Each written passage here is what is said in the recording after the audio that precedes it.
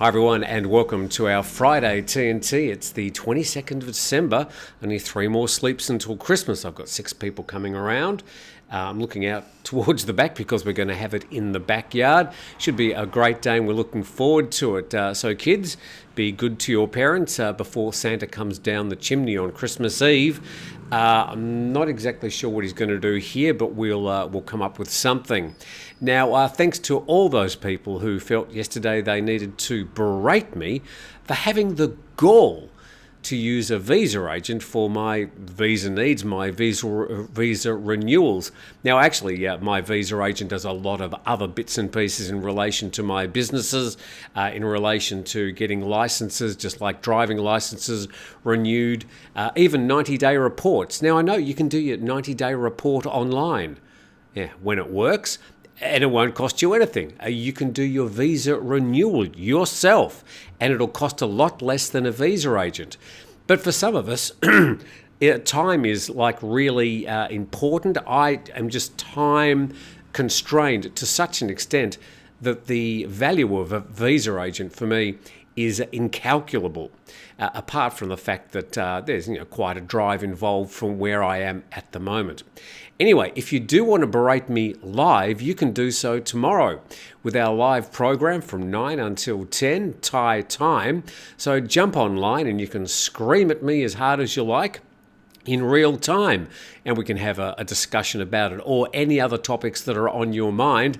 And also on Sunday we've got an insect decided to join us along with Dina the cat there. It's all happening here.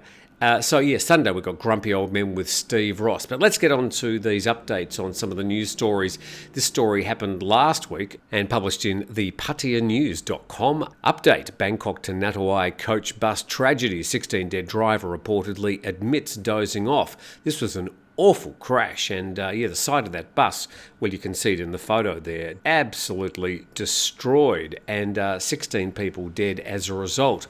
And there's been some initial investigations. Now, there was an update on the recent coach bus accident on the Bangkok to Natawai line in Prachuap Khiri Khan. It happened on December the 5th. As a result, there were 16 casualties and many injuries reported. And according to a report by police officers, the coach bus driver, whose name was withheld by police, reportedly confessed to dozing off, which led to the tragic accident. However, no illegal substances or alcohol content was found in the driver's blood system. And initially, the Hua Yang police have pressed charges related to careless driving causing the death of other persons. And the Prachuap Khiri Khan disaster prevention and relief official publicly revealed during the provincial conference that relevant agencies have taken serious action to prevent future accidents, and they say they're going to strictly inspect the coach bus's conditions and the driver's readiness. Also, the passengers must fasten their seatbelts always. Well, I don't know about you, but I've travelled on these interprovincial buses maybe 3 or 4 times. I've never seen a single seatbelt. But I think as we enter this holiday period, a lot of people will be travelling on buses, and you do worry about whether that person steering the wheel has had enough sleep and they're ready to take on such a long trip with such responsibility. And inspecting the coach's conditions, if they had more regular inspections, I think that would help as well. Right, to another update, and we go to Thai PBS World, and police chief to root out criminal organisation behind violent student feuds relating to a shooting a few weeks ago that ended up in the death of one student and also a teacher who was sort of caught up in the fray. And the National Police Chief has vowed to root out what he called the criminal organisation, which is allegedly instigating hatred and violence between rival students at the Rajamangala University of Technology. And he said the organisation was behind the plotting of the fatal shooting of Thanasorn Hongsawat in Klong Toi. And speaking at a press conference yesterday, after questioning Anawin, the prime suspect of the shooting, The police chief said that the members of the organisation and former students of a vocational college near the Utentawi campus can no longer be treated as students but as criminals because of their activities such as stockpiling of arms, their acquisition of vehicles used in committing crimes and their access to lawyers to defend them in court. And he claimed that Anawan, who was arrested along with another suspect in Chiang Mai on Wednesday, admitted to shooting Tanasorn. One of the stray bullets also killed a teacher from the Sacred Heart convent school. And the police chief said that the leaders of the criminal organisation had created a virtual world and sowed the seeds of hatred among their recruits, who are mostly weak-minded. And police have rounded up 24 suspects who are in police custody for alleged association with the organisation.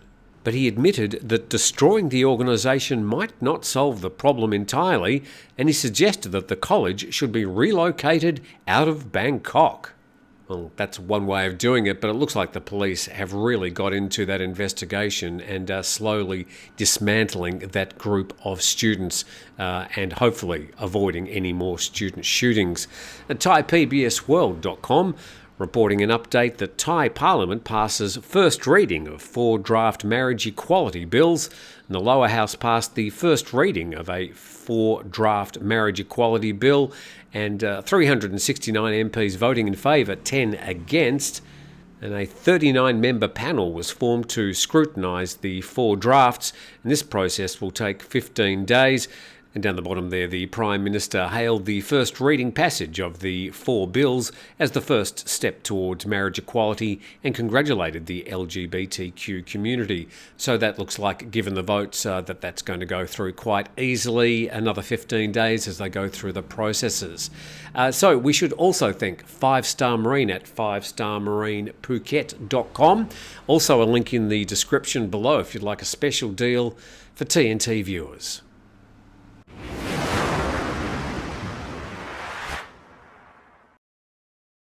Earlier speaking about visa renewals and visa agents, well, it looks like this man didn't do it either with an agent or by himself. And the PartiaNews.com reporting Indian national overstays for 6 years and arrested for alleged loan shark activities in Nonthaburi.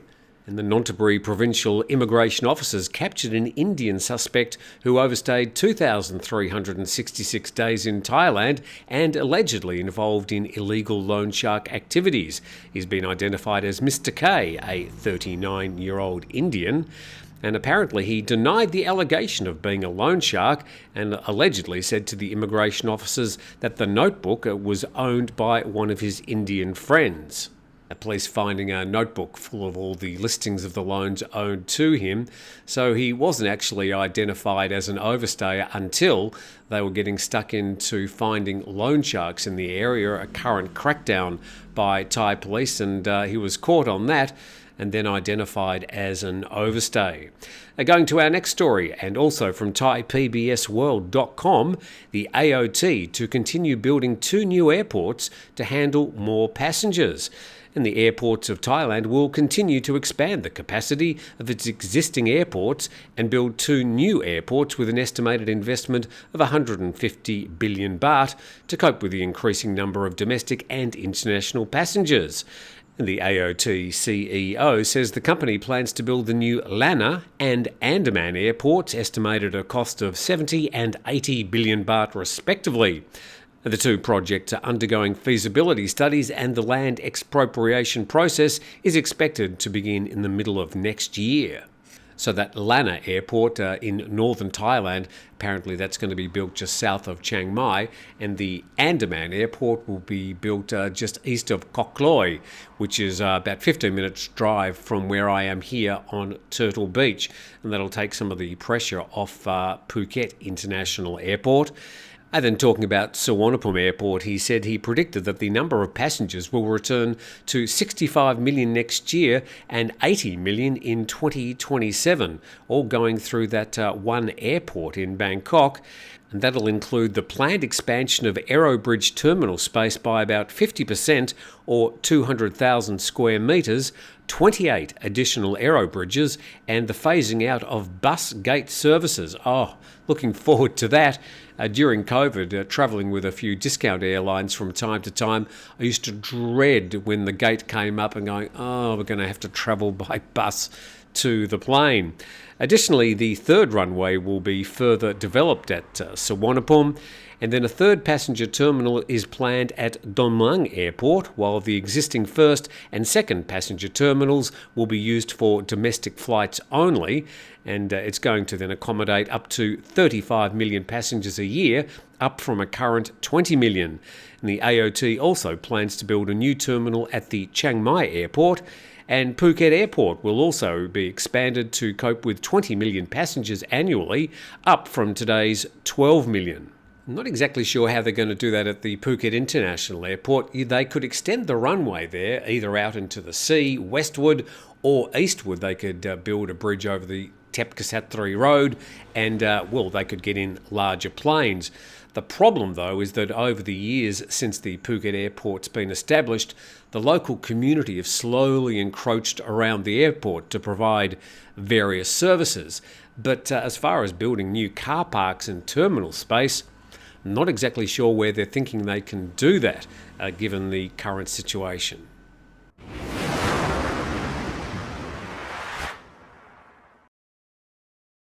As far as we're concerned here in Thailand, the most immediate regional story this year has been the online scam gangs and the thousands and thousands of people, including many Thais, that are being enveloped and swallowed up into this problem.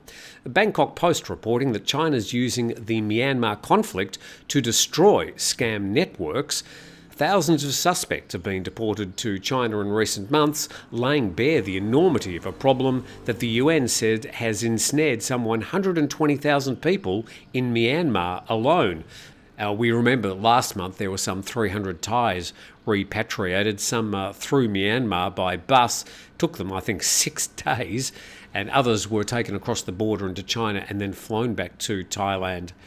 And then says such a campaign, this is a campaign to raid these complexes and free the people, was previously unlikely. Myanmar's military has long ignored Beijing's calls to tackle an industry siphoning billions.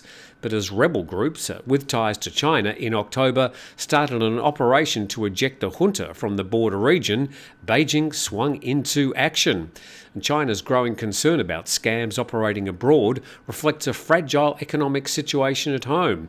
As the world's second largest economy slows, property prices are slumping, and 1 in 5 young people are out of work, leaving them vulnerable to fraudsters promising a better life abroad. And with the country, this is Myanmar, now gripped by a civil war, the so-called China-Myanmar Economic Corridor projects are going nowhere, and cyber crime syndicates have flourished, often run by Chinese fugitives who fled their home nation in 2020 following a domestic crackdown.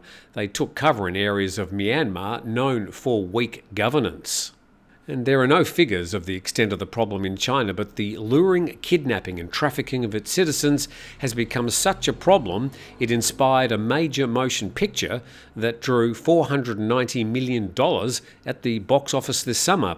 It's called No More Bets, and it depicts a computer program attempted overseas by the promise of high-paying work, only to be forced to run internet scams under the threat of torture. And the movie has touched a raw nerve and drew criticism from authorities in Cambodia and Myanmar. It's also been blamed for making some Chinese tourists have second thoughts about coming to Thailand. The power of a good movie, and that report, there's a lot more information in it from the BangkokPost.com. And the Straits Times have, I suppose, tackled this story from another angle, the very, very personal angle. And we go to Straits Times. I'm a Mandalay girl, teenage soldier, fights on Myanmar's front lines. And an 18-year-old recruit in one of Myanmar's pro-democracy fighting units prepared to launch a drone strike on junta troops driven by anger and her mother's call for revolution. Momo is one of hundreds of women training, living and fighting alongside men in the People's Defence Forces, upending gender norms in the mostly Buddhist country. And Momo initially worked with a group organising protests against the military, but after months of the junta's deadly crackdown, decided to become a fighter. "I can't stand the military's injustice," she said. "They killed innocent civilians. The main reason I joined was because of my anger." And Momo, who uses a pseudonym for security reasons, is one of around 100 women in the Mandalay PDF, which has clashed regularly with the junta in the Shan State and Mandalay. And she says, "If I drop bombs directly onto a military target, I feel very good for the rest of that day. It motivates me." You certainly wouldn't want to muck around with that girl, but I'm sure she's just a snapshot of many young people who are being embroiled in this ongoing civil war in Myanmar. And as I've said before, just don't even think about going to Myanmar at this time. Well, that's about it as far as our stories are concerned. A bit of a quick update of things happening around Thailand and the region. We will be with you again tomorrow morning, 9 a.m. Thai time.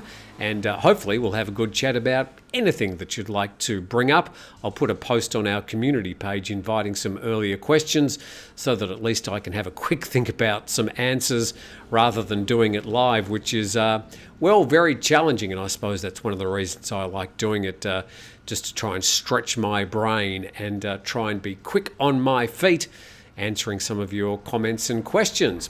Also on Sunday, we've got our Grumpy Old Men. But thanks for joining us today, and we look forward to seeing you next time.